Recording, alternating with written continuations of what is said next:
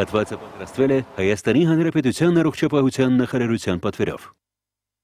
Հարգելի բարեկամներ, մասնագետ on-line շանթիուղի եթերում իր առողջության երաշխիք հավելվածով ես Դավիթ Պետրոսյանն եմ, բարև ձեզ, եւ եկեք այսօրվա հաղորդումը սկսենք տեսանյութով։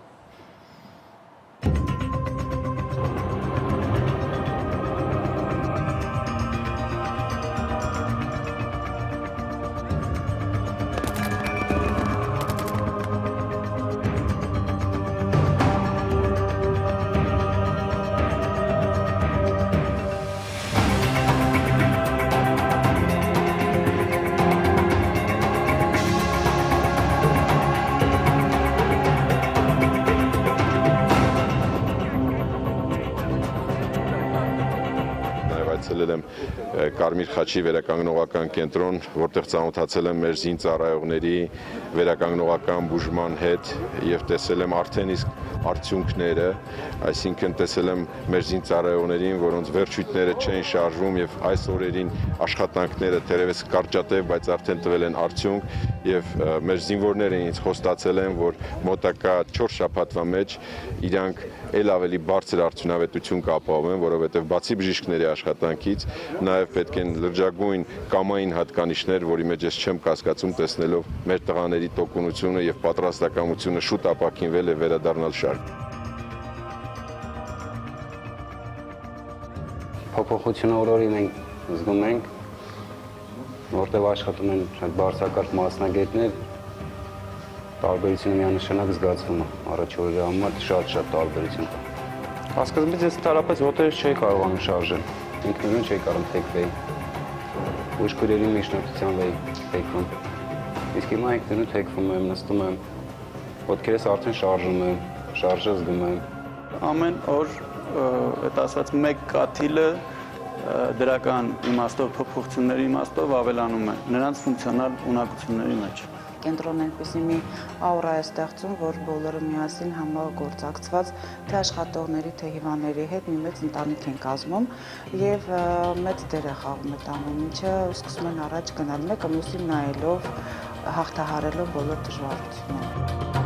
Ես ուզում եմ այդ process-ը արագացնեմ, որ հելնեմ, բայց ամեն ձև փորձում են, ասում են, չէ, սենց պետք է գնա։ Չէ, վստահ եմ, որ անպայման իրոք իսկ քայլելու են, ստերոիդային ոտքով են գնալու։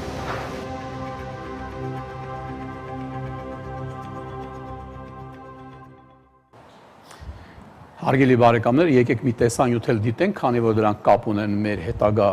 զրույցի հետ։ Միայն այս մարզում 2 տարվա ընթացքում արդեն 4-րդ բուժհաստատությունն է բացվում,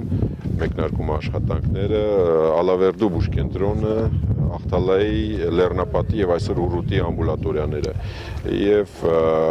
ամբուլատորիայում իրականացվող բոլոր ծրագրերը կյանքի կոչված են,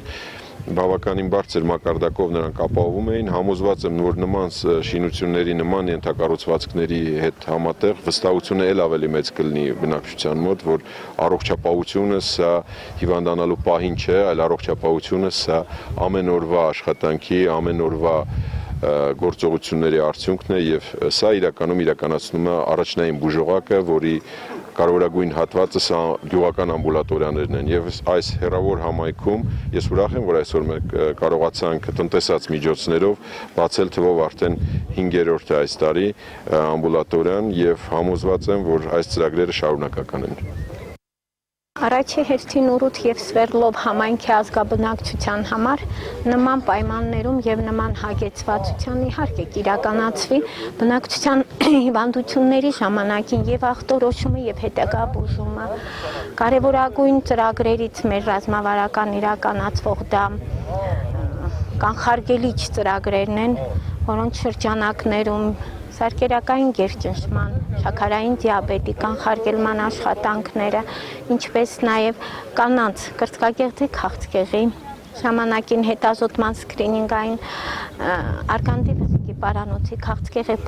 քզուկների հետազոտման պայմանները բոլորը կան եւ սարքավորումները եւ սովորեցրած բուժքույրերը այն տպավորիչ ցուցանիշներից ելնելով մասնավորապես 95%-անոց պատվաստումների ծածկույթով գրեթե 100%-անոց սկրինինգային աշխատանքները, որ մասնագիտական իրենց պարտքը իրենք այս համայնքում կատարում են գերազանց։ Եվ աշխատանքային պայմաններից ելնելով իհարկե ազգաբնակչության հետագա սպասարկման համար սա շատ մեծ համար մեծ նվեր էր։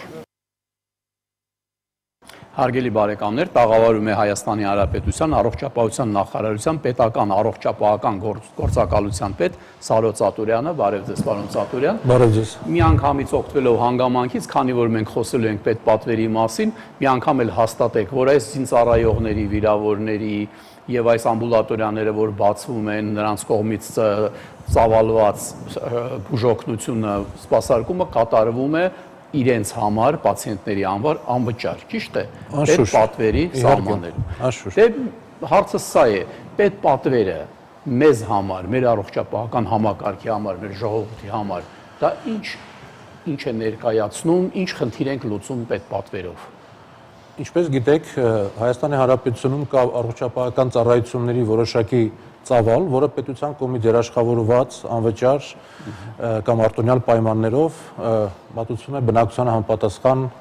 շահառուների խմբերին։ Ըստ էության պետական պատվեր կոչված առողջապահության ոլորտում դա այս պետության կողմից երաշխավորված անվճար բուժօգնության իրականացման մեխանիզմն է։ Եվ այն իրենից ներկայացնում է պետական բյուջեի միջոցների հաշվին ծառայությունների գնման գործընթաց։ Ինչպես է կազմակերպվում պետական պատվերի աշխատանքները, ուրեմն գոյություն ունի պետական պատվերի տեղադրման գործընթաց, որի ընթացքում այն բժշկական կազմակերպությունները, ովքեր հավակնում են պետական պատվերի շրջանակներում ծառայություններ մատուցել, նրանք դիմում են համապատասխան հայտով առողջապահության նախարարությանը եւ այդ հայտերը քննարկվելուց եւ սահմանված ընթացակարգով բավարարվելուց հետո կնքվում է պետական պատվերի պայմանագիր։ Եղել է, որ չի կնքվել պայմանագիրը։ Իհարկե, լինում են դեպքեր, երբ որ առողջապահության նախարարությունում գործող պետական պատվեր տեղադրող հանձնաժողովը քննարկելով հայտերը, իսկ դրանք հիմնականում մերժման դեպքերը կարող են լինել առաջին անգամ նոր դիմող կազմակերպությունների համար, գտնում է, որ ենթադրենք տվյալ ծառայության գծով, բուժօգնության տվյալ տեսակի գծով, տվյալ տարածաշրջանում Հայաստանի Հանրապետության բնակչության առկա պահանջարկը բավարարված է եւ լրացուցիչ ուրեմն կազմակերպություններ գործընթացում ներգրավելու անհրաժեշտություն չկա, այսինքն մերժման դեպքեր լինում են, բայց ես օգտվելով առիթից կուզեի նշել, որ ինչպես դուք արդեն ասեցիք եւ այս ամբուլատորիայի բացման ուրեմն օրինակն էլ դրա մասին է խոսում, որ նախ եւ առաջ ամբողջ առաջնային առողջության պահպանման օղակը, առաջնային բուժօգնության ծառայությունները, որոնք մատուցվում են Հայաստանի Հանրապետության ամբողջ տարածքում գործող շուրջ 350 գյուղական ամբուլատորիաների, առողջության կենտրոնների, պոլիկլինիկաների, այդ թվում բժշկական կենտրոնների կազմում գործող պոլիկլինիկան, դրանք անվճար են մեր ամբողջ բնակչության համար։ Ինչ վերաբերում է հիվանդանոցային բուժօգնությանը, ապա այստեղ գործում են կառավարության համապատասխան որոշմամբ սահմանված չափանիշներ, թե որ դեպքերում բնակչության որ խմբերի համար ինչ կարգով պետք է մատուցվի անվճար բուժօգնությունը։ Եվ հենց մեր պետպատվերի տեղադրումը եւ պետպատվերի պայմանագրի կնքումը, այսինքն նշած ըստ էության երաշխիքների ապահովման մեխանիզմն է։ Այդ կապակցությամբ ես կցանկանայի նշել, որ մեր պետպատվերի պայմանագրերի մեջ հատուկ ուշադրություն է դարձվում այն դրույթներին, որոնք պետք է ապահովեն քաղաքացու համար որակյալ եւ մատչելի բուժօգնություն ստանալու իր իրավունքի ռեալիզացիան, իրականացումը, այսպես ասած։ Ինչպես է դա հսկվում։ Ինչ որ 3 ամիսը 1, տարին 1, ով է գնում, որ մի հատ տեսնի, հետո ստացել են, ասենք թե, բայց ենթադրենք որակը չեն ապահովում, ոնց կարելի է իմանալ, որակը չեն ապահովում։ Դրա համար գոյություն ունեն նախարարի համապատասխան հրամաններով սահմանված որակի վերահսկման չափորոշիչներ եւ բժշկական օգնության կազմակերպման ուղեցույցներ եւ գործելակարգեր։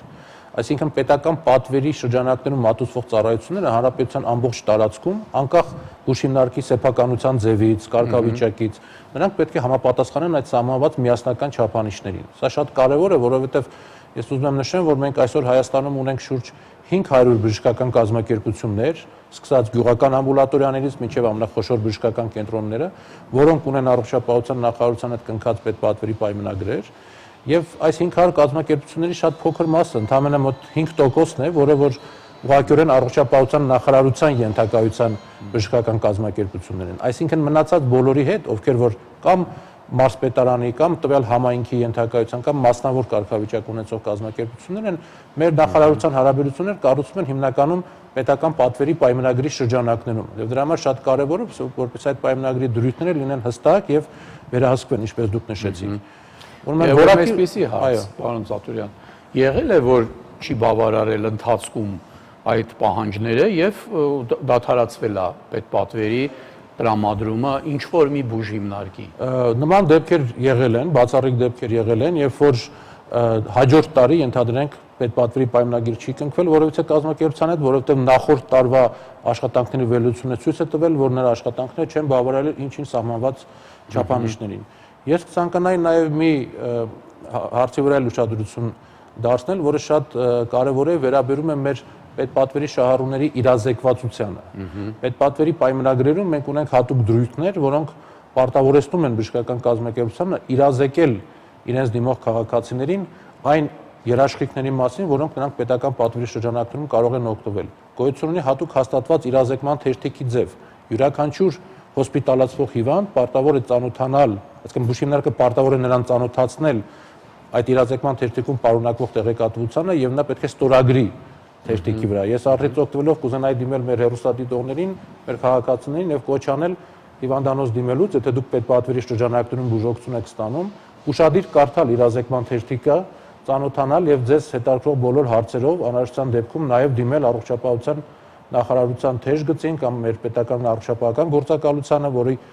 կոնտակտային տվյալները նշված են այդ թերթիկի մեջ, որտեղ այստեղ գրված է թե ինչ իրավունքներ ունի քաղաքացին պետական պատվերի շրջանակներում եւ ինչ պարտավորություններ է կրում բուժհիմնարկը նրան անպատասխան ծառայություններով ապահովելու համար։ Բացի դրանից, ավելորդ չեմ համարում նշել, որ բոլոր բուժհիմնարկները պարտավոր են նաեւ տեսանելի վայրում, մատչելի ձևով ունենան փակցված այն տեղեկատվությունը, որը պետք է բուժհիմնարկում տող քաղաքացուն ուսինը հասկանա նա իրավունք ունի պետպատվերի սահմաններում օգտվել ծառայություններից թե ոչ։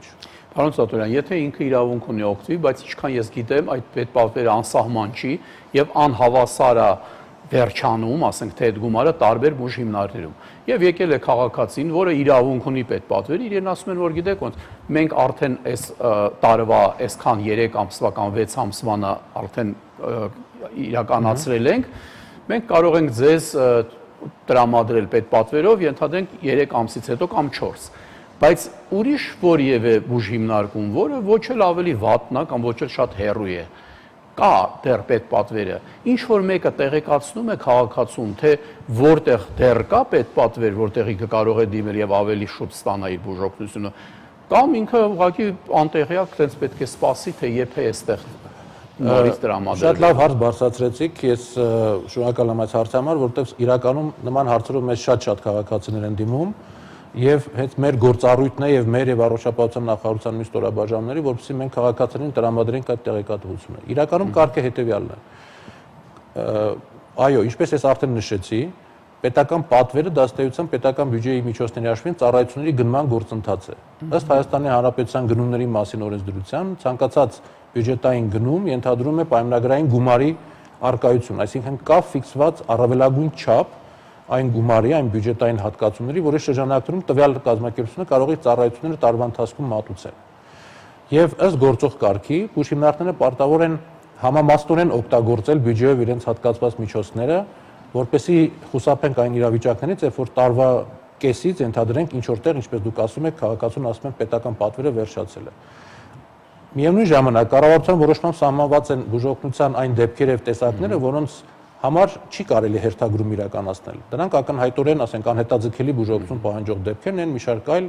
ուրեմն շրջապատի համար վտանգ ներկայացնող ինֆեկցիոն հիվանդությունները, ծննդօգնությունը եւ այլն։ Բայց մնացած բոլոր դեպքերում, եթե խոսքը գնում է պլանային բուժօգնության մասին, բուժհիմնարկը պարտավոր է բացատրել իրեն դիմաց քաղաքացուն, որ նա ունի որոշակի ուրեմն համամասնություններ իր ծավալները օգտագործելու եւ եթե տվյալ պահին դա սպառվել է, նա պետք է հերթագրման կարգով իրականացնի բուժօգնությունը, ինչը ես պետք է ասեմ, որ մի կողմից ամբողջ աշխարհում շատ ընդունված երևույթ է եւ մենք բոլորս գիտենք, որ շատ երկրներում այդ թվում շատ զարգացած հաճախ մարդիկ ստիպված մի քանի ամիս սպասում են, մինչև բուժօգնության իրենց հերթը հասնի, բայց մյուս կողմից մեր ժողովրդի հոգեբանության մեջ ցավոք սրտի դեռ չի արմատացել այս գիտակցումը եւ շատ բոլորը ցանկանում են հենց դիմելու պահին անմիջապես ստանան բուժօգնություն, ինչը հաճախ առաջացնում է լարվածություն եւ թյուրիմացություն։ Պետք է ճիշտ պարզաբանել, պետք է բացատրել մարդկանց, իսկ այն բացառիկ դեպքերում, եթե իրոք եղել է իրավիճակներ, որ ենթադրենք որևէ ինֆեկցիոն հիվանդության բռնկման կամ այլ արտակարգ գործոնների ազդեցության արդյունքում միանգամից շատ մեծ դիմելիություն է եղել եւ հիմնարկը անցել է իր սահմանված ծավալները, գոյություն են մեխանիզմներ սահմանված, որոնց միջոցով բուժիմնարկը կարող է դիմել առողջապահության նախարարություն եւ հնարավորության դեպքում ստանալ լրացուցիչ թեժ գիծը մենք միշտ տալիս ենք, մեր հեռուստատողները կարող են զանգահարել, այնտեղ իրենց կուղղորդեն արդեն։ Ճիշտ, պարոն Ծատուրյան, շատ քիչ ժամանակ մնաց, կարելի ասել չմնաց, ուղղակի շատ կարճ կարող եք ասել, ինչ նոր նախաձեռնություններով է հանդես գալիս պետությունը, այս պետպատվերի հարցում, ենթադրենք մի քիչ ընդարձակվել է կամ նոր խմբեր կամ նոր հիվանդություններ։ Ես պետք է ասեմ, որ մեր աշխատանքները հիմնականում ուղղված են մի կողմից պետական պատվերի տեղադրման գործընթացը ավելի պարզեցնելու, ավելի թափանցիկ դարձնելուն, ինչի արդյունքում վերջի տարիներին պետպատվերի տեղադրման նոր կարգ ենք մենք կիրառում եւ շուրջ 75% այդ կազմակերպությունները, ովքեր պետպատվեր են ստանում, ըստ էության նրանք պարզեցված ընթացակարգով են ստանում, որտեղ դրանք հենց այն մարզային հիմնականում կառույցներն են առաջնային ուղղակի, որտեղ միևնույնն է պետությունը պետք է մատչելիությունը ապահովի բուժօգնությամբ, եւ մյուս կողմից մեր հիմնական խնդիրը տեսնում ենք նրան, որպեսզի ապահովենք արդեն բուժօգնության դիմաց քաղաքացու իրավունքների հնարավորինս առավելագույն պաշտպանություն, դրա համար մենք նաեւ խստացնում ենք պետական պատվերի պայմանագրում նախատեսված պատասխանատվության միջոցները, եթե բուժիմնարկը խախտում է այդ կարգերը եւ չի հետեւում նախարարի հրամանով հաստատված չափորոշիչներին, ավելին ասեմ, մենք այս տարվա պայմանագրերում նախատեսել ենք դրույթ, որը հնարավորություն տալիս առողջապահության նախարարությանը առանձնապես խոշոր բժշկական կենտրոններում, որոնք մեծ ծավալի պետական պատվերի աշխատանքներ են կատարում, ունենալու նախարարության մշտական ներկայացուցիչները, ովքեր տեղում պետք է հետևեն պետպատվերի շահառուների իրավունքների շահերի պաշտպանությանը եւ բուժօգնության ճիշտ կազմակերպմանը։ Շատ շնորհակալություն, պարոն Ծատուրյան, շատ լավ ներկայացրեցիք ամեն ինչ, այնուամենայնիվ կրկին հիշեցնում եմ, հարգելի բարեկամներ, որ թեժ գիծը մենք տալիս ենք նախարարության, դուք եթե ինչ-որ բան մնաց, որ չասեցինք այսօր այդ թեմայով, զանգահարեք, ձեզ կբացատրեն կամ կասեն ում զանգահարեք, որ նա ձեզ բացատրի։ Շատ շնորհակալություն, սիրելի բարեկամներ, մենք ընդհատվենք գովազդի, որից հետո կշարունակենք Մասնագետ on-line-ը։ Հատվածը պատրաստվել է Հայաստանի Հանրապետության առողջապահության նախարարության պատվերով։ Որոգայթ, հայկական գեղարվեստական ֆիլմ հոլիվուդյան կանոններով։ Որոգայթ գեղարվեստական ֆիլմը Ռուսաստանում, նոր խոսք, նոր դեմքեր, նոր ընկալում։ Կյանքի մասին կինո է։ Բացի կրակելուց, սպանելուց, լիքը ուրիշ մեսեջներ կա, որ մենք ստացել ենք։ Շատ հաջողված ֆիլմ է, շատ հաջողված դերասաններ։ Ոգևորիչ է հենց մենակ այն փաստը, որ մեր հայկականը այս որակի մատուցում հանդիսատեսենք։ При просмотре фильма всплакнули, потому что очень чувствительные моменты были в фильме. Այս գեղարվեստական կինո նկարը ինձ վրա շատ մեծ տպավորություն թողեց։ Որոգայթ, Ռուսաստանի կինոէկրաններին։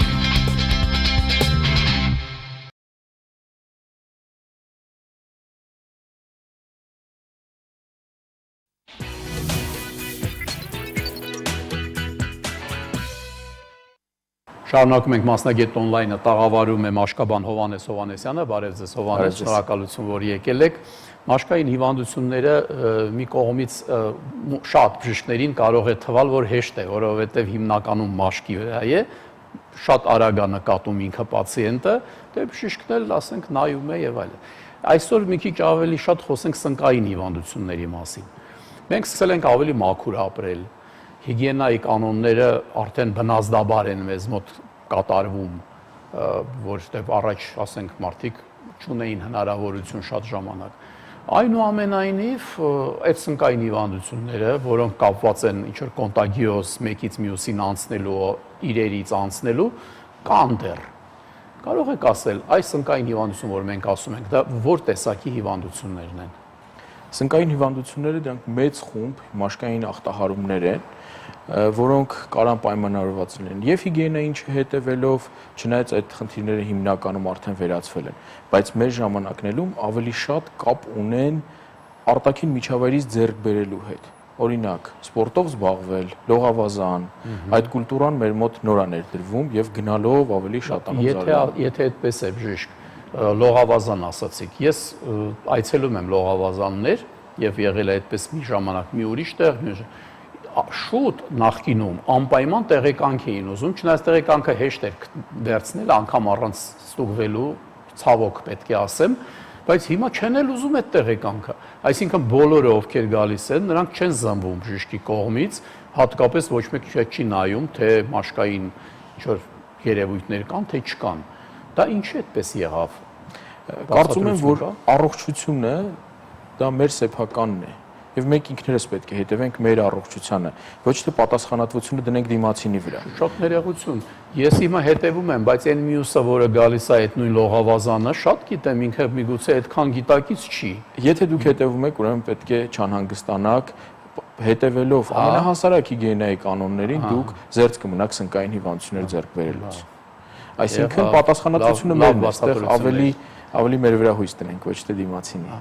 Այսինքն այնպես չի, որ եթե այստեղ ինչ-որ սնկային կուլտուրա գոյություն ունի, ես անպայման կհիվանդանամ։ Անպայման չենք հիվանդանում, լավ, այդ սնկայինով, ասենք թե եղավ կոնտակտը, 100%-ն էլ կունենան սնկային հիվանդություն, թե ով կունենա։ Ոչ, սունկ ձեռք բերել դա դեռ չի նշանակում ունենալ սնկային հիվանդություն, որովհետև սունկը ինչպես անցավ մեր մաշկի վրա, այնպես էլ կարող է մեր մոտից հեռանալ առանց մեզ վնասելու։ Երբ ենք անհանգստանում, եթե ունենք վնասվածքներ մաշկի, եթե ունենք հարվելու հակում, օրինակ գեր մարդկանց մոտ հագուստի սխալ ընտրության հետևանքով, կոշիկների սխալ ընտրության հետևանքով, եթե ունենք եղունգների վնասում, եւ իհարկե մի մեծ խումբ հիվանդություններ, որոնց ժամանակ մեր իմուն համակարգը չի կարողանում պայքարել սնկային հիվանդությունների դեմ եւ այդ սունկը ներդրվելով չստանալով համապատասխան պաշտպանություն, դիմադրություն օրգանիզմի կողմից շատ լավ սկսում է զարգանալ։ Օրինակ շաքարային դիաբետ, ամենատարածված խնդիրներից մեկը։ Բժիշկ Հովհաննեսյան, դուք միշտ սիրում եք մաշկաբաններով ասել, սկսում եք բացատրել, գիտեք, ինձ մոտ պետք է տեսնեմ, չէ՞։ Ունենք նկարներ, հիմա հերթով սկսենք այդ նկարներով անցնել, որ դա ոչ բոլորն են սնկային հիվանդություններ, ես ձեզ անակնկալի եմ բերում, մի հատ տեսնենք, այդ տեսնելը հերիք է, որ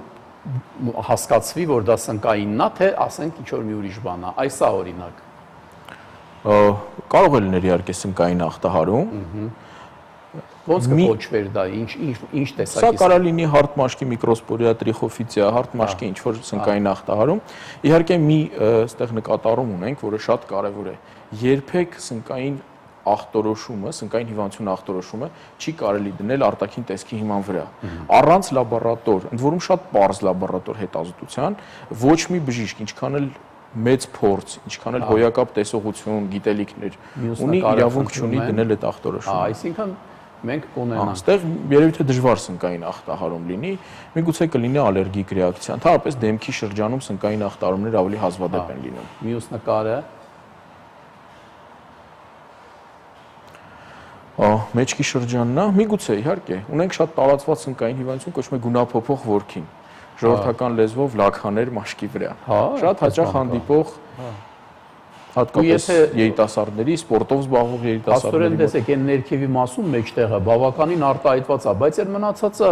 ինչ որ ոնց որ թե ուղղակի պիգմենտացիա լինի, չէ։ Այս պացիենտը կմտածի, որ դե երևի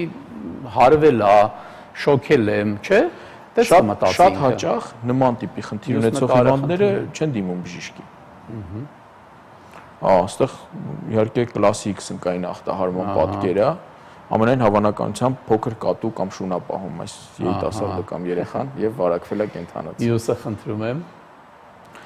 Մի քիչ դժվարանում եմ ասեմ, բայց դժվար լինի սնկային ախտահարում, հատկապես ծալքի շրջանում տեղակայված խնդիրները մի քիչ այլ ծագում են ունենում, այլ մեխանիզմով։ Խնդրում եմ։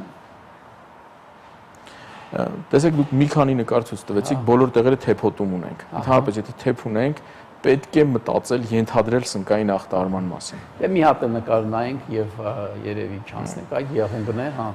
Իհարկե եղունգների ախտահարումը ազգաբնակության կողմից 100% դեպքերում ընկալվում է որպես սնկային ախտահարում։ Գույնը կփոխի, կհաստանա, կջարդվի, կապ չունի։ Եթե եղունգը, ուրեմն սունկ է։ Ինչ կարող է լինի, եթե մոտավորապես 80% դեպքերում մենք չենք ունենում սնկային ախտահարում։ Ունենում ենք եղունգների ինչ որ դիստրոֆիաներ, դեֆորմացիաներ, ոչ սնկով պայմանավորված։ Այսինքն դա հենց անմիջապես եղունգին վերաբերվող խնդիր է, կերատոզի ինչ որ տենց մի բաների նման մի բան է։ Սնուցման խանգարում, տրավմաներ, նեղ կոշիկներ կրել, սխալ ընտրված հագուստ, ծանրաբեռնվածություն ոտքերի վրա, վարիկոզ լայնացում եւ այլն եւ այլն։ Շնորհակալություն Բժիշկ Հովհաննիսյան, մենք պետք է ընդհատվենք գովազդի, սիրելի բարեկամներ, պատրաստվեք զանգահարելու, որովհետև փորձառու բժիշկ է մեզ մոտ Հովհաննես Հովհաննիսյանը, մաշկաբան, որը ձեզ կարող է ուղղություն տալ։ Իհարկե ես հեռու եմ նրանից, որ մենք ինչ-որ մեկին կբուժենք հեռուստացույցով, բայց ուղղություն տալը մեծ բան է մեր գործում։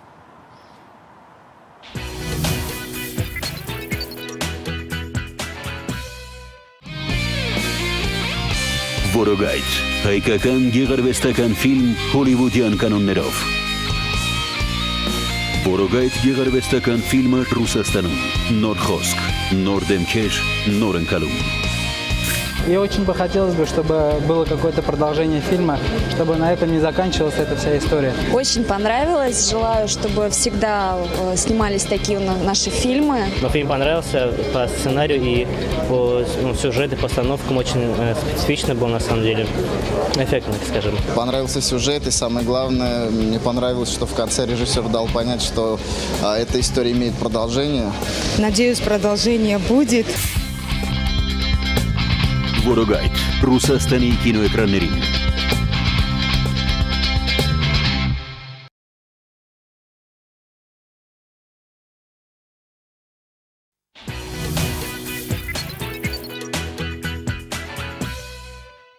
Շարունակում ենք մասնագետ on-line-ը, տաղավարում է մաշկաբան Հովհաննես Հովհաննիսյանը, զանգում ենք բժիշկ, լսում ենք։ Այո։ Բարև ձեզ։ Խոսքս ուղղված է բժիշկ Հովհաննիսյանին։ Իմ թոռնիկը 10 տարեկան է։ Հա։ Աջ ոտքը քաշում է։ Ու մանր քամերա դուս թափում։ Ու քորա գալիս։ Լավ, ինչ հարցեր ունեք։ Ոտքի որ շրջանում չեք կրկնի։ Ծունկից ներքև։ Ծունկից մեկ ոտքին է, թե երկուսին էլ միաժամանակ։ Երկուսին էլ քորը տալիս է։ Քորը տալիս է։ Շատ բարի։ Իհարկե ցանկացած քորվող մաշկային ախտահարում մենք պարտավոր ենք հետազոտել սնկային հիվանդության նկատմամբ սունկ հայտնաբերելու տեսանկյունից եւ շատ հնարավոր մենք այստեղ գործ ունենք սնկային որևիցե մի ախտահարման հետ։ Իհարկե ցանավորումը այդ եթե տեսնենք տարբերակը, եթե հնարավոր լինի, ավելի շատ կարող ենք օգնել, բայց առաջի բանը ինչ խորհուրդ կտամ, պարտադիր հետազոտվել, փորձել հաստատել կամ հերքել սնկային ախտահարումը։ Իհարկե այդ դեպքում համապատասխան միջոցառում։ Ինչքան է տևում այդ հետազոտությունը, օրինակ եթե եկավ, դուք տեսաք, ուզում եք համոզվեք, հաստատեք։ Երբ այդ հաստատումը արդեն ձեր ձեռքում կլինի եզրակացության ձևով։ Իհարկե լաբորատորիայի ծանրաբեռնվածությունը հաշվի առնելով մոտավորապես 15-20 րոպեից մոտավորապես 40 րոպե բավարար է, որպեսզի քերուկի մեջ եթե ծանրաբեռնված չլներ, հենց մի անգամից էլ հատուկ նյութով մշակում են վերցած քերուկը մաշկի մակերևույթից, սպասում են, որպեսզի լուծվի այդ թեփուկները, միջինում տևում է 25 րոպե, այդ մոտավորապես տենց, մանրադիտակի տակ նայում եւ շատ հեշտությամբ կարողանում հաստատել ախտորոշումը, սունկ ունենք կամ սունկ չունենք։ Այսինքն այստեղ ինչ որ անորոշ վիճակ չի կարող լինել։ Ուրեմն եթե սունկա տեսնում ենք, եթե չեք տեսնում, արդեն սկսում եք մտածել այլ տարբերակների մասին, որը կարող են նույն պատկերը եւ քորը եւ ամեն ինչ առաջացնել։ Շատ հաճախ մեր բնակչությունը հետազոտմանը մոտենում են որպես վերջնական ինչ-որ մի տարբերակ։ Ոչ, սնկային հիվանդությունների ախտորոշման ժամանակ մենք պարզապես մի հարցի ենք պատասխանում՝ սունկ ունենք կամ սունկ չունենք։ Չենք ասում, էլ ինչ կարա լինի։ Բժիշկ Հովհաննիսյան, ամեն դեպքում բուժման մասին խոսենք, եթե ասում ենք սնկային հիվանդություն, դա ինչ-որ մի հատ հիվանդություն է, որը ունի ընդամենը մի տեսակի բուժում միշտ, թե այդտեղ էլ բավականին լուրջ ինչ-որ տեսպիսի տարբերություններ կան։ Բավականին մեծ խումբ հիվանդություններ են։ Ամեն ինչ պայմանավորված է սնկի տեսակով եւ ախտահարման տեղակայմամբ։ Եղունգների սնկային ախտահարումն էլ է սնկային հիվանդություն, աճուկներինն էլ, դեմքի մաշկին էլ։ Բայց այս 3 դեպքերում մենք կկիրառենք տարբեր դեղամիջոցներ։ Միգուցե ազդող նյութը լինի նույնը։ Միևնույն անվան պրեպարատ օգտագործենք, բայց տարբեր ձևերով։ Մի դեպքում կօգտագործենք քսուկներ, մի դեպքում կօգտագործենք խմելու դեղաձևեր, մի դեպքում մոմիկներ, օրինակ, նրբակ սուկներն էլ արդեն ահագին տարածում ունեն, այդպես ասած կրեմ կոչված։ Հա, ձեր կարծիքով վերջի ժամանակները որ սնկայինի դեպքում ինչ պրեպարատներ որ դուք գոհ եք, որ իրենք ձեզ օգնեցին։ Վերջի ժամանակներս տարբեր իհարկե դեղամիջոցներ բավականին լայն կիրառում ունենք։ Իհարկե հակասնկային, ընդհանրապես հակաբակտերիալ դեղամիջոցների նկատմամբ միկրոբները շատ արագ կայունություն են ձեռք բերում։ Այսինքն այն դեղամիջոցը, որ մենք շատ սիրել եւ շատ երկար օգտագործել ենք, մեկ էլ մի օր գալիս է եւ չի ազդում։ Դրա համար շատ հաճախ մենք նախապատվություն ենք տալիս նոր պրեպարատներին, պրեպարատներ, որոնք լայն կիրառում չունեն մեր առօրյայում։ Հատկապես այնպիսի պրեպարատներ, որ հիվանդը չի կարող գնալ դեղատնից, կարող է իհարկե ինքնուրույն գնալ առնել, բայց նոր դեղամիջոցները դեռ տենց ժողովրդական համբավ չեն վայելում, չասենք կանոններ, սխալմամբ չեն կիրառվում։ Դրանք Օրինակ ձեր մոտ զալային պրեպարատն է, որը նոր հակասնկային դեղամիջոց է, նոր իհարկե մեր համար, որտեղ բավականին երկար պատմություն ունի ամբողջ աշխարհում, բավականին լայն կիրառվում է, ունի մի շարք առավելություններ, հատկապես նա առավելություններից մեկը պետք է նշեմ, իհարկե քսուկի դեպքում, որ նա ունի շատ լայն սպեկտր ազդեցության, այսինքն ազդում է բոլոր սնկային հարուցիչների նկատմամբ, որոնք կարող են ախտահարել մաշկը։ Մոմիկների դեպքում մեկ ուրիշ բավականին լուրջ առավելություն, դա պրեպարատի միանգամյա օգտագործումն է։ Ընդամենը մեկ անգամը հիմնականում բավարար է լինում։ Մեկ անգամ։ Այսպես կոչված կանացի սնկային ախտահարումներից ազատվելու համար։ Դե եկեք զանգ ընդունենք։ Ալո։ Բարև ձեզ։ Հարցը է, ուրեմն ուզում եմ տեսնել սնկային ախտահարման ժամանակ քորը եւ այրոցները պարտադիր երևույթ են, թե չէ։ Եվ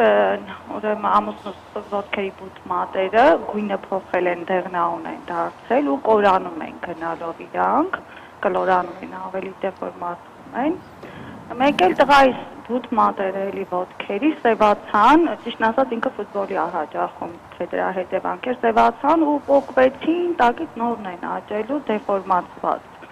Ուզում եմ ճշտել դրանք որքանով են սնկայինի մոտիկ։ Հարց կա։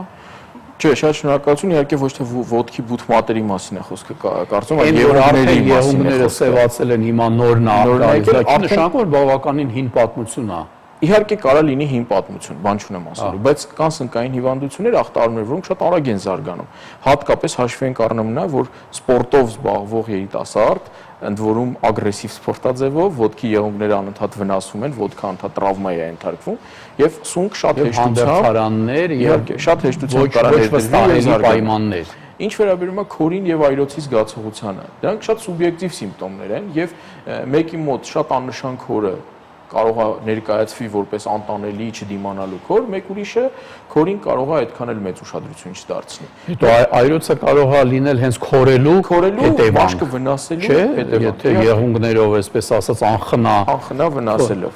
Դրա համար, եթե մենք ունենք եղունգի ախտահարում, անկախ նրանից եղունգը դեղնել է, սևացել է, պոկվել է, չի պոկվել, ես ես խորհուրդ կտամ պարտադիր հետազոտվել, որովհետև եթե այդ եղունգների ախտահարման պատճառը սունկն է, երբեք ու երբեք չմտածեք, որ ինքնուրույն դա կվերականգնվի։ Պոկվեց եղունգը ընկավ, նորն եկավ, ոչ մի դեպքում առողջ չի լինելու, մինչև չստանաք համապատասխան բուժում։ Եկեք զանգ ընդունենք, լսում ենք ձեզ։ Ալո։ Ալո։ Այո։ Բարև ձեզ։ Բարև ձեզ։ Ուղղակի իմ այս վզից մի քիչ ներքև այդ շրջանում ոնց որ վառատնիկ, գունա փոխվել է մաշկս, մի տեսակ ցանավորման նման է, բայց ոչ մի տարբերություն չկա, ասենք ուռուցիկություն եւ այլն։ Սկսվեց քոր գալ, հետո այդ նույն բանը ուսերից վրա սկսեց քոր գալ։ Ճիշտ ասած, հակասնկային եմ օգտագործել, տարբեր, ասենք, մազեր եմ օգտագործել, վերջում ինձ խորհուրդ տվեց էլի բժշկի խորհրդով գիդրոկորտիզոն եմ օգտագործում։ Սաստիկ բանը քոր էր գալիս, ահա որ։ Հիմա այս 3 օր գիդրոկորտիզոն եմ քսում։ Բավականին այդ քորը մեղմացել է,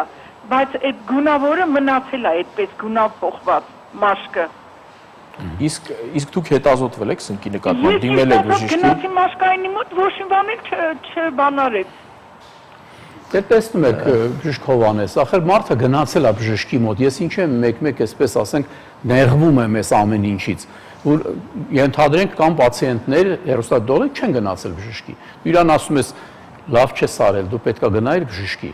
Այս մարդը գնացել է, դուք էլ ասում եք որ մաշկային բժիշկը, եթե նա ունի կասկածանք, Հնարավոր է, որ այդ մաշկային բժիշկը չի ունեցել ոչ մի կասկածանք տվյալ դեպքում, որ սա սնկային է։ Ինչի վրա հիմնվելով ինքը այդ կասկածանքը կարող չունենար։ Իհարկե, մենք ունենում ենք դեպքեր, երբ արտաքին զննումը մեր մոտ այն համոզմունքն է առաջացնում, որ ստեղ չի կարող լինել սնկային ախտահարում։ Ես իհարկե շատ մեծ փորձ չունեմ, բայց լինում են դեպքեր, երբ որ այդ իմ համոզմունքը լինում է սխալ։ Դրա համար ցանկացած անգամ փոքր կասկածի դեպքում ես խորհուրդ եմ տալիս հիվանդին հետազոտվել, հաստատելու կամ հերքելու սնկային հիվանդությունը, հատկապես եթե պետք է նշանակենք հակաքորային այնպիսի դեղամիջոց, ինչպիսին հիդրոկորտիզոնն է, հորմոնալ քսուկ, շատ լավ կլինի համոզված լինենք, որ ախտահարված օջախում սունկ չկա։ Թե չէ, այդ նման տիպի դեղամիջոցների ազդեցությունը սնկային ֆլորայի վրա կբերի սնկի ավելի գազազելուն, ակտիվանալուն եւ հետագայում անգամ շատ լավ դեղամիջոցները միգուցե մեզ չօգնեն այդ սնկի դեմ պայքարի գործում։ Տեսեք, հիդրոկորտիզոնը դա մի ունիվերսալ միջոց է, տեղային բորբոքումը կասեցնելու եւ այդ քորը վերացնելու։ Ինչ ուզում է լինել, ինքը իր գործը կանի, բայց ընդհանրապես որպես ախտանշային, չէ՞, սիմպտոմատիկ տվյալ դեպքում, որը մի քիչ ավելի երկար բանում իր հեռանկարում կբերի վնասի, ավելի խորացնելու, ավելի դժվարացնելու, սնկի վրա ոչ մի կերպ չի ազդի, իմունիտետը տեղային կթույլատնի եւ կներեք ոչ թե չի ազդի, այլ հակառակը, ավելի կծանրացնի վիճակը։ Եկեք զանգ ընդունենք։ Լսում ենք, ալո։ Ալո, բարև ձեզ։ Հա, ուրեմն ես մի հարց ունեմ բսկին ուղված։ Տղաս 13 տարեկան է, արդեն մոտ 6 տարի ոտքերի վրա այդ ուրեմն ոտքերի թաթերի վերջին այդ վերին հատվածում վերքեր ա լինում։ Ինքը սպորտսմեն է։ Որտեղ որ ասենք ոտքը վնասվել է, վերք ա եղել, լավացել է, հետո սկսել է թեփոտել։ Տարբեր մասկաբանների ենք դիմել, ինքը ալերգիկ երեխա է, փոքրուց իծնե իր մոտ ալերգիկ ռեակցիան բարձր է։ Դեղեր ընդունելուց հետո ահագին նստեց, հետո դիմեցինք նորից մասկաբանի տարբեր բուժումներ արեցինք, անցավ նորից տրվեց։ Մեկ ասում են դա պսորիազի տիպի ինչ-որ նմանատիպ բան է, մեկն էլ հերքում է, ես չգիտեմ հիմա որտեղ դիմեմ, ասենք կոնկրետ լիարժեք համոզվելու համար։ Բժիշկ Հովհաննեսյան, պսորիազը ունի հետազոտման ձև, որը ապացուցում է, որ դա պսորիազ է, թե պետքա բոլոր հերկվեն մնացած հնարավորները, նոր ասը դե ուրեմն եթե չի, ուրեմն դա պսորիազ է։ Լինում են դեպքեր, երբ որ անպայման դիմում ենք նմանատիպ հետազոտությունների, որպեսզի հերքենք մնացած ամեն ինչը, տակը կմնա պսորիազ։ Որոշ դեպքերում դիմում ենք ցիտոլոգիական բջջաբանական հետազոտություններ, բիոպսիա է վերցնում, մաշկի կտրվածք է արվում եւ հետազոտում ենք պսորիազ ախտորոշումը հաստատելու։ Չնայած շատ հաճախ պսորիազը ունի այնպիսի տիպիկ կլինիկական պատկեր, որը մեզ օգնում է կողմնորոշվելու։ Բայց ստեղ տեսեք ինչի վրա եմ ուզում ուշադրություն դարձնել։ Դուք նշեցիք, որ ունեիք գանգատներ, որոնք հետո բուժումից հետո անցան եւ նորից այդ գանգատները կրկնվեցին։ Նման բան երբեմն կարող է լինել նաեւ սնկային հիվանդության ժամանակ։ Բուժում ենք, միջև վերջ չենք գնում, կիսատ թողնելով նորից էլի հիվանդությունը գլուխաբարձրացնում կրկնվում է։ Իհարկե նույնը կարող լինի նաեւ պսորիազի ժամանակ, որովհետեւ դա քրոնիկ, երկար ձգձգվող հիվանդություն է։ Իհարկե հարկավոր է ավելի մանրակրկիտ հետազոտել, միգուցե ինչ-որ մի բան բաց ենք թողնում։ Բժիշկ Հովհաննես, եկեք ընդհատվենք շատ կարճ գովազդի, սիրելի բարեկամներ, կարճ է տևելու, չեք էլ նկատի, ոնց մենք կրկին կվերադառնանք այս տաղավարը։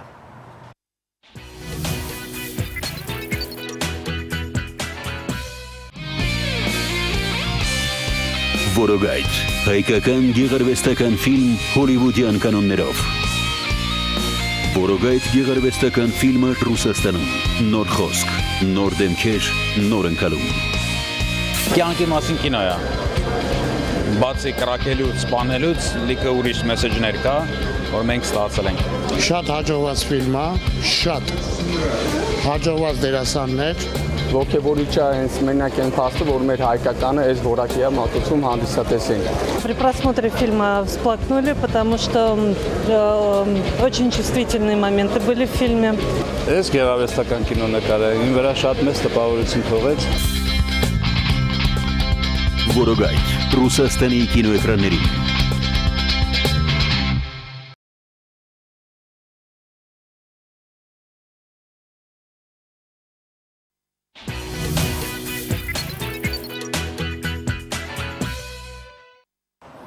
Զանգ ունենք, Բժիշկ Հովհաննեսյան, լսում ենք ձեզ։ բարև ձեզ։ Բարև ձեզ։ Իմ փոքրիկը 5 ամսական է, իսնե աչքի վրա նշան ունեցեց կարմիր գույն։ Ճակատին էլ անցել է ճակատին, աչքի վրա թեփոտել է այդ նշանը, ու ինքը անընդհատ քորում այդ աչքը։ Այսօր մասնակետի դիմեցի հրաժարվեց նախ վերցնի, ասեց աչքից մի փոքր վերցրեց, մի քնած փոքրիկ փոշի։ Ասեց փոքր է, բայց կհետազոտեմ, ասեց չկա սնկային։ Ում կարող եմ դիմել, ես հատուկ փոքրերի մասնագետի, որ աչքը կարողանա փոքրիկի ստուգի։ Երկրորդ հարցն է, իմ ոտքն էլ է այդպես սևացել, դակը դատարկվում է, չգիտեմ դա սունկ է թե ոչ, կրծքով եմ կերակրում, արդյոք կարող եմ դեղ օգտագործել։ Իսկ թույլատրվում եմ։ Տեսեք, ինչքան շատ հարցեր կան մի կողմից, սնկայինա թե ոչ։ Հետո երկուսի մոտ էլ նույն սունկն է թե նույնը չի,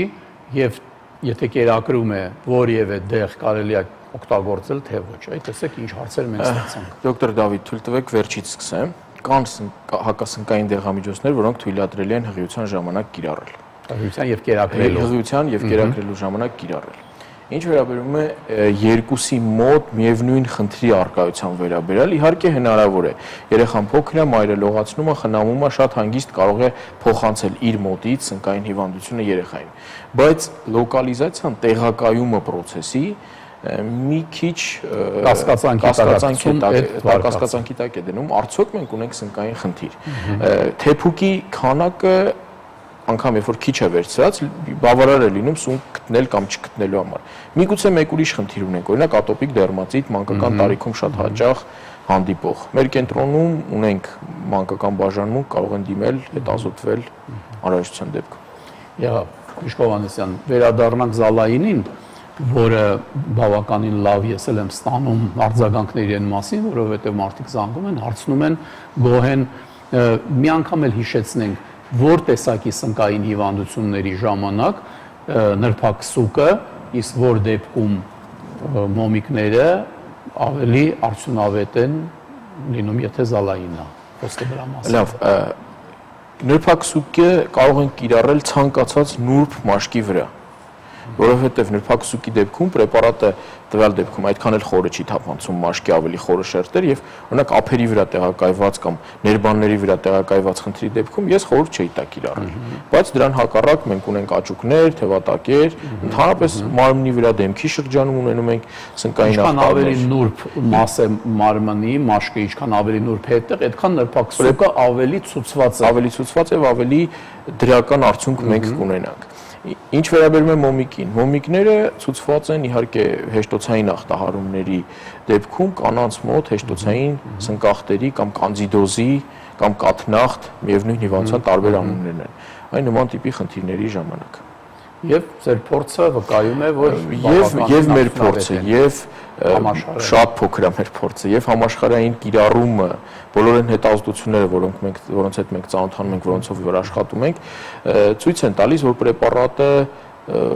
բավականին լուրջ տեղ է գրավում հակասնկային դեղամիջոցների խմբում։ Միշկ Հովհաննիսյան, խոսքը ոչ թե նրա մասին է, որ մենք ասեցինք սունկ, մեկը մտածեց, որ իր սունկա իր մոտ գնաց դեղատնից վերցրեց, բնական է, որ իրան ճեպս կվաճառեն, ոչ մեկ դեղատնից չի ուզի, այդպիսի մենք չունենք ոչ մի նպատակ։ Մեր նպատակն է, որ իմանան, որ բավականին արդյունավետ բուժման մեթոդներ կան եւ ընդհանրապես պետք է ճշտել ցուցված է, այս ասենք տվյալ պրեպարատը թե չէ եւ դոկտոր Դավիթ կներեք, որ ընդհատում եմ, շատ հաճախ սնկային հիվանդություններով հիվանդները հուսահատված են լինում։ Ինչի, որովհետև ոչ ճիշտ հետազոտվում են, սխալ միջամտություններ են կիրառում եւ իրենց մոտ են կարծիքն է, որ եթե սնկային հիվանդություն, դա վերջ։ Իսկ մենք բժիշկներս ուրախանում ենք, որ հիվանդի մոտ սունկ ենք հայտնաբերում, որովհետև ունենալով նմանատիպ պրեպարատներ կարողանում ենք արտահայտվում ձեր մոտ։ Բուժել, լավ։ Մի հատ զանգ ունենք, հարգելի բարեկամ, շատ կարճ խնդրում եմ հարցը տվեք, որտեղ ժամանակ համարյա չունենք։ Ալո, բարև ձեզ։ Այո, հարցրեք։ Իմ աղջիկը 8 տարեկան է, 5 տարեկանից իր դեմքը քիչ-քիչ դուրս տվեց, թեփոտեց, կարմրեց, անալիզներ տվեցինք, սնկային անալիզ տվեցինք, ասեցին, որ չկա անալիզներ։ Այդ ընթացքում ճիճվի անալիզ տվեցինք, հետո պարզվեց, որ մոտը ճիճու կա։ Բայց հետո նորից անալիզը տվեցինք, ասեցին չկա ու իրեն հակադեմ դեմքի համար տեղեր նշանակեցին, որ մաշկը ավելի շատ կրկրեց երեխայի ու հիմա շատ նորից անալիզները մենք տվեցինք, մոտը պարզվեց, որ կա պորպոսասունկ, ու ամբողջ դեմքը կարմրում էր, վերքի մեջ չփոթված, իսկ հիմա անցել է, էլի դել տեղի ազդեցության տակը ինքը ճիշտ կասեց, որ շատ երկար պետք է օգտագործի, բայց ամբողջ դեմքի այդ մանր ինքը հետքերը մնացել է ու շատ ուժեղ քոր ունի գլխի հատվածում ու մաշկի։ Շնորհակալություն։ Ժուժկովանեսյան, ինձ թվում է սա այն դեպքն է, երբ որ դուք արդեն հաստատ պետք է տեսնեք։ Իհարկե, երևի որտեղ բավականին շատ էր քանգատների լոկալիզացիան, տեսակը եւ հիվանդության բավականին երկարատևությունը, դա խոսում է նրա մասին, որ սա սովորական դեպք չի։ Յուրահատուկ դեպք է, դուք աշխատում եք լավագույն կենտրոններից մեկում, դուք մեծ փորձ ունեք, դասախոս եք, այսինքն դա հենց ձեր համար է։ Ես խնդրում եմ, որ եթե ձեզ հեռուստադիտողը զանգահարի եւ ցանկանա գալ, դուք իրեն կընթառաջեք իհարկե։ Ինչ ունենք ասելու շատ կարճ, ասենք պրոֆիլակտիկայի համար։ Չփորձել ինքնուրույն որևիցե բան անել։ Ցանկացած դեպքում դիմեք բժիշկի, որովհետեւ սունկը դա այն խնդիրն է, որը կարելի է հեշտությամբ բուժել, բայց եթե ճիշտ մասնագետի ենք դիմել։ Շնորհակալություն Ժուժկովանեսյան, ես կարծում եմ, որ մենք օգնեցինք մեր հեռուստադիտողներին, սիրելի բարեկամներ, ստեսյուն մի հիվանդացեք։